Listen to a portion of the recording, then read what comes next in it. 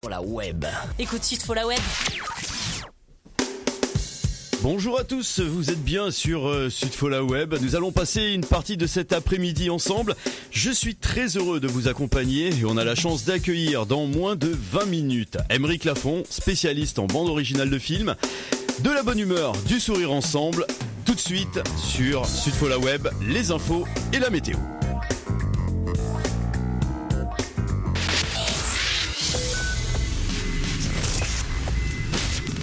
Il est 15h sur Sud for la web, l'heure de retrouver l'info avec Fabien.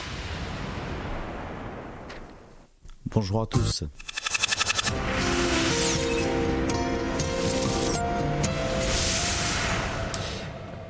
Fermeture des frontières européennes. Manuel Valls veut les fermer le plus rapidement possible afin d'éviter la propagation du terrorisme. Rapprochement entre la France et la Russie. Et oui, Pascal, François Hollande sollicite Vladimir Poutine dans la lutte contre Daesh. Les services secrets belges le savaient. Et oui, ils suivaient depuis bien longtemps les auteurs des attentats du 13 novembre. Et toujours pas de cortège. En effet, les manifestations et groupements sont toujours interdits alors que la COP21 approche. Ils vont bientôt passer au vert.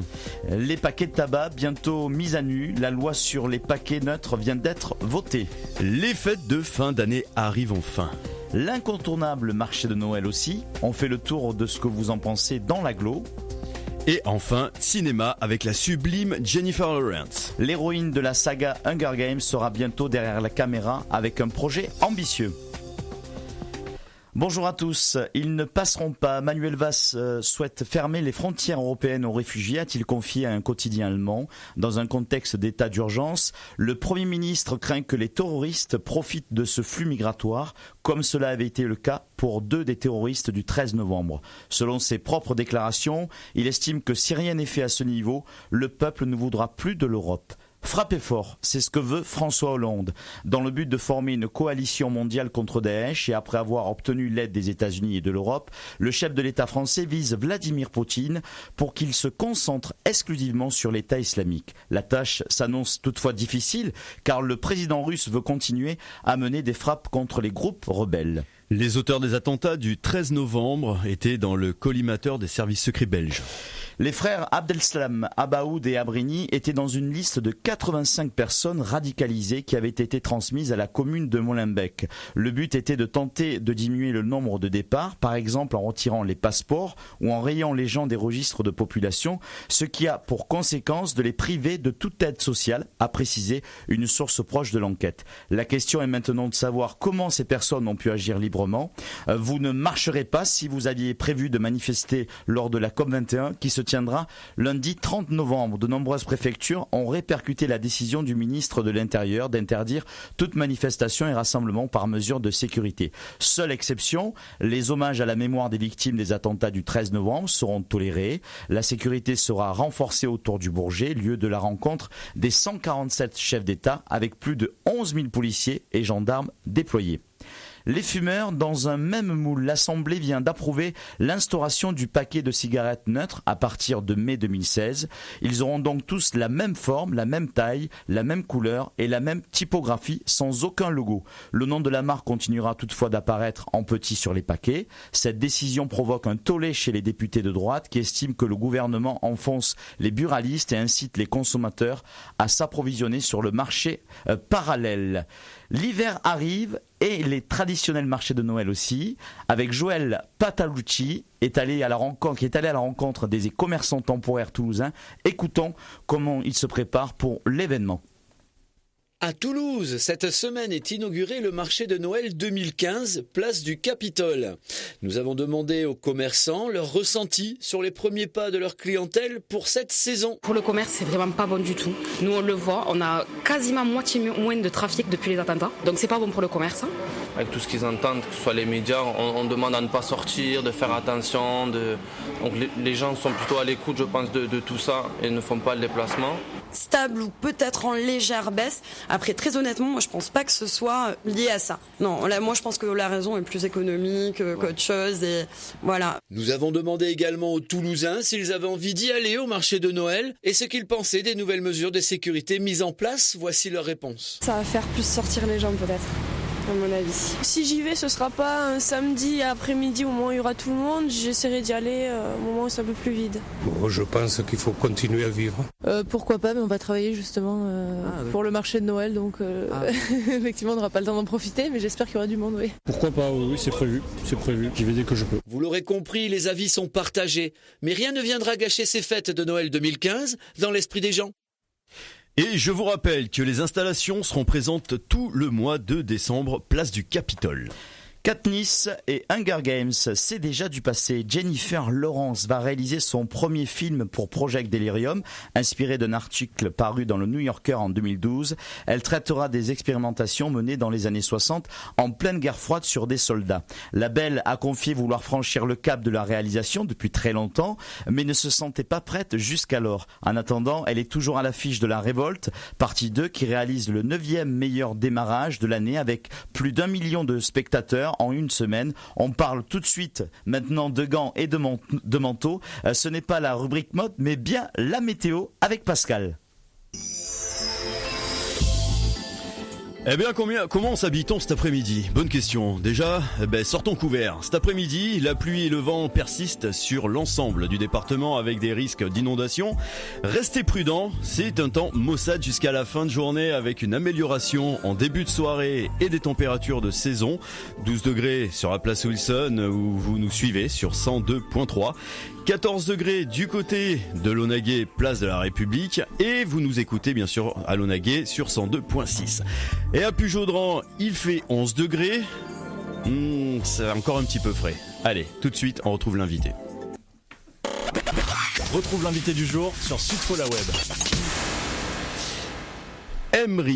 Aymeric Lafont, bonjour.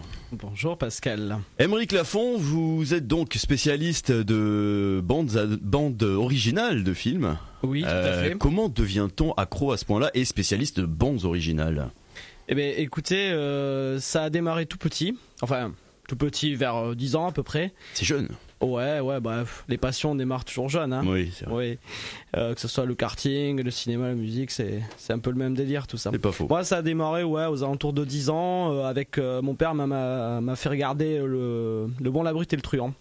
Donc ça a démarré avec Ennio Morricone en fait. Ah oui, Ennio Morricone qui est quand même un grand compositeur de films classiques que tout le monde connaît déjà au niveau des westerns. Ah oui, il n'y a pas que le western en plus, mais bon, ça a démarré avec ça, hein, le sifflement caractéristique que tout le monde connaît, donc là ça m'a pris. Ouais. Exactement. Et puis après, il y a eu aussi un autre film charnière qui m'a marqué, c'est les Blues Brothers. Everybody Needs Somebody to Love. Par exemple, excellent, ça. Je suis Tom Chicago dans le même genre, en blues. Mais voilà, ça a été vraiment les films charnières. Après, j'en ai un autre, mais là c'est un petit peu personnel, donc ça sera dans le domaine du privé, on va pas aller jusque là.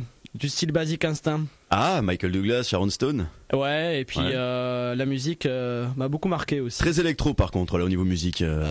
Électro ? Non. Enfin, non. Non, c'est une musique d'orchestre.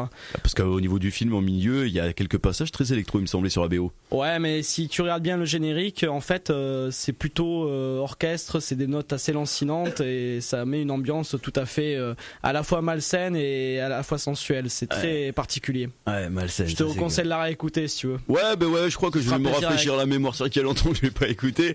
Tu te feras plaisir avec ta femme. Ah ouais, oui. Ah bah oui. Tant qu'elle n'a pas le pic à glace sous le matelas, c'est bon. Donc en fait, qu'est-ce que tu conseilles pour tous ceux qui veulent s'initier réellement à la BO ? Comment on en arrive à vraiment il n'y a pas vraiment de technique en fait, c'est vraiment par goût. Je pense que la bande originale, là où c'est génial, c'est que en fait ça peut concerner tout le monde. C'est-à-dire que voilà, il y en a qui aiment les BO de Kubrick, hein, voilà, on a du classique.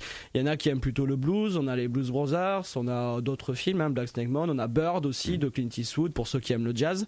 On a Ennio Morricone pour les passionnés de western. Et puis voilà, ça concerne tout le monde. On peut avoir même la BO d'Intouchable n'est pas mal du tout, hein. C'est un film grand public, comédie. On a aussi dans notre genre La Famille Bélier pour ceux qui sont plus comédie française. On en a pour tous les goûts. Donc, après, il n'y a pas vraiment d'initiation. C'est fait en fonction de son état d'esprit et comment on aime la musique. Mais par contre, ce qui est bien à la bande originale, c'est que ça concerne vraiment tout le monde. Et c'est ça qui est extraordinaire. Ça réunit tout le monde. Et justement, en parlant de BO, là, on a un nouveau Star Wars qui arrive. Et c'est un Français qui va être aux commandes au niveau de la musique pour le Rogue Nation, notamment. Et qu'est-ce que t'en penses de ça, que ce soit un Français qui prenne le relais? Eh ben écoute, cocorico j'ai envie de dire, mais bon c'est très bien que ça soit quelqu'un d'autre qui prenne les commandes de Star Wars, parce que c'était John Williams jusque-là, mais de toute façon c'était un peu logique, parce que John Williams c'était surtout avec George Lucas et Spielberg. On l'a vu qu'on est vers d'autres réalisations, il est tout à fait normal qu'on cède la place à des nouveaux. Bah écoute, je te remercie Émeric, on peut te retrouver donc sur ton émission. Oui, Soundtrack, et puis on a sorti un livre en collaboration avec Xavier Massonnet et Thomas Reynaud qui s'appelle Il était une fois la bande originale. Voilà, il va bientôt sortir, et ce sera dans 2 mois, il est en pleine préparation. À ne pas rater, merci Émeric. Merci Émeric, on va continuer en musique tout de suite. Les élèves de Sudfo sont sur la web. Envie de passer un bon moment? Écoutez Sudfo la web. Sudfo la web. La musique tout de suite, c'est Lenny Kravitz de Chamber.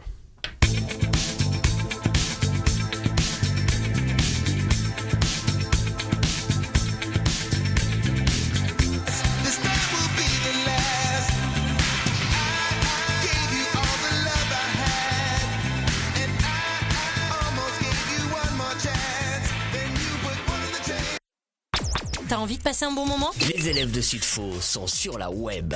Écoute Sudfo la web.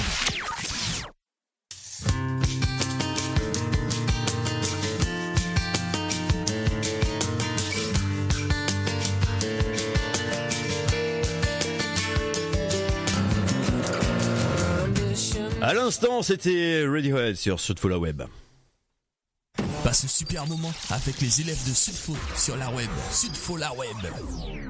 Sudfo la web et moi on se quitte. Du coup je vous retrouve demain, et là je vous laisse avec Jérôme, le spécialiste de la pêche en haute mer de la crevette. Bonne journée à tous, bisous, bye. Envie de passer un bon moment? Écoute Sudfo la web. Sudfo la web.